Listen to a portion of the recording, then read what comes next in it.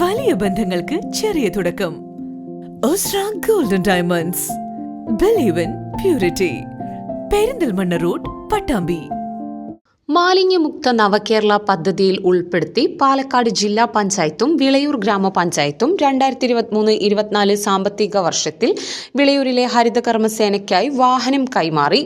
ജില്ലാ panchayat president K Binumol flag off കർമ്മം നിർവഹിച്ചു. കേരളത്തിൽ നമ്മുടെ ഇടതുപക്ഷ ജനാധിപത്യ മുന്നണി സർക്കാരിൻ്റെ ഏറ്റവും വലിയ പ്രോഗ്രാമിൽ ഒന്നായി മാറിയിട്ടുള്ളത് മാലിന്യ സംസ്കരണ രംഗത്തെ പ്രവർത്തനങ്ങളാണ്. അതിപ്പോൾ നമ്മൾ തിരിച്ചറിഞ്ഞിരിക്കുകയാണ്. ലോകമാകെ ശ്രദ്ധിക്കപ്പെടുന്ന രീതിയിൽ ഈ കൊച്ചു കേരളത്തിനകത്ത് എങ്ങനെയാണ് ഇത്രയും കോടി മനുഷ്യരെ വെച്ചിട്ടുള്ള ഈ കേരളത്തിനകത്ത് എങ്ങനെയാണ് മാലിന്യ സംസ്കരണ രംഗത്ത് ഒരു പുത്തൻ രീതി ഉണ്ടാക്കിയെടുക്കാൻ സർക്കാർ ശ്രമിക്കുന്നത്. അതിപ്പോൾ നമ്മൾ ചെയ്തുകൊണ്ടിരിക്കുകയാണ്. ഇത് ഇന്ന് വരെ നമുക്ക് ഉണ്ടായിട്ടുള്ള രീതിയല്ല.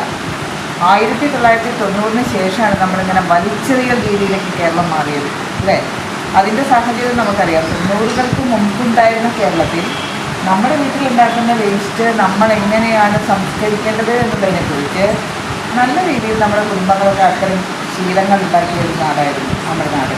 പക്ഷേ 1990 ശേഷം ഉണ്ടായ മാറ്റം എന്ന് പറയുന്നത് നമ്മൾ ഒറ്റയ്ക്ക് മതിയെന്നും നമ്മൾ ഒറ്റയ്ക്ക് ഇങ്ങനെ ആവുക എന്നുള്ളതും കൂട്ടത്തിൽ എന്തും ആവശ്യമില്ലാത്തതെന്തും വലിച്ചെറിയുക എന്നുള്ളത് ഒരു എന്താ പറയുക ലോകത്തിൻ്റെ വലിയൊരു സംസ്കാരമായിട്ട് മാറിക്കഴിഞ്ഞു. വിളയൂർ ഗ്രാമപഞ്ചായത്ത് പ്രസിഡന്റ് ബേബി ഗിരിജ അധ്യക്ഷത വഹിച്ചു.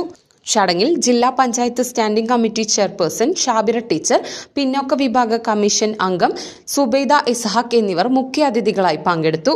ഗ്രാമപഞ്ചായത്ത് vice president K P Noufal, standing committee ചെയർമാൻമാരായ A K Unni, Raji Manikandan, block member Saritha, CDS chairperson Ambili, ഹരിതകർമ്മസേന അംബാസിഡർ ശങ്കരൻകുട്ടി, വിവിധ രാഷ്ട്രീയ പാർട്ടി നേതാക്കൾ, ഹരിതകർമ്മസേന അംഗങ്ങൾ തുടങ്ങിയവർ പരിപാടിയിൽ പങ്കെടുത്തു.